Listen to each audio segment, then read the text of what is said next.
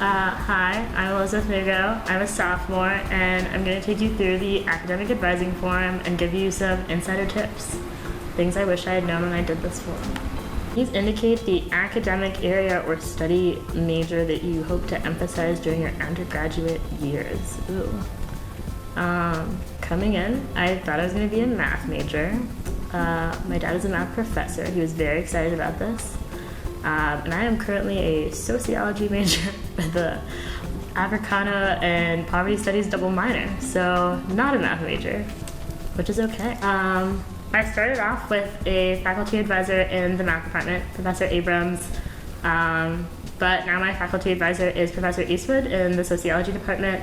I changed advisors since I changed majors. It wasn't like a huge deal. I talked to Professor Abrams about the fact that I wasn't going to be a math major anymore. There were no hurt feelings, like we're still friends in my strongest academic preparation. Coming in, I went from a science and math school and thought that I thought I was going to be a math and neuroscience double major. And I had taken a lot of science courses, I had taken a lot of biology and chemistry, I was really good at it. But then coming in, I ended up not really focusing on those classes, which is fine. And in terms of, I actually have not, the only lab science that I will take at WNL will be an archaeology course. So definitely flip the switch on that one. A lot of the classes that I take are in the humanities, which is awesome.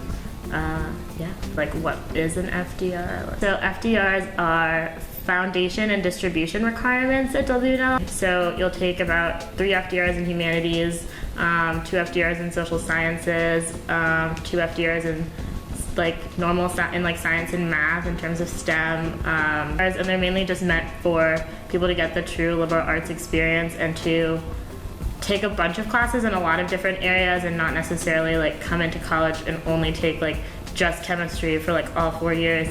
Or just politics for all 4 years, but to really like get to know all of the different departments and explore different like academic areas in WNL. Reading interest. Coming into college, my favorite book was Before I Fall. My favorite book now is Between the World and Me by Ta-Nehisi Coates. I think it was the first book that I read in college and the first book that I read in my race, culture, and violence writing seminar. But I don't know, I think everyone changes in college, changes majors, changes interests, and it's just part of the process. So I think unlike a lot of schools, WNL does registration in the fall versus over the summer. There's course offerings online and you can get an idea of kind of what you want to take, what you might be interested in taking, but once you get here, whoever your faculty advisor is, you'll meet with them, you and like your whole little advisee posse will have lunch together with your advisor, and you'll kind of talk about classes you're interested in. And so it alleviates the stress of feeling like you're at home, you don't know what to take, you may not know like what specifically like these classes are and what they entail.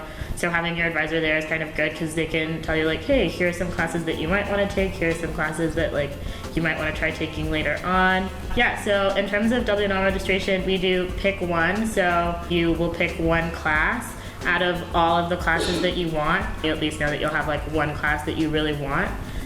You'll be able to do your pick one kind of wherever you want, whether that's on your hall with your RA and like everyone else on your hall. But the next morning you'll do your pick 3 with your advisor.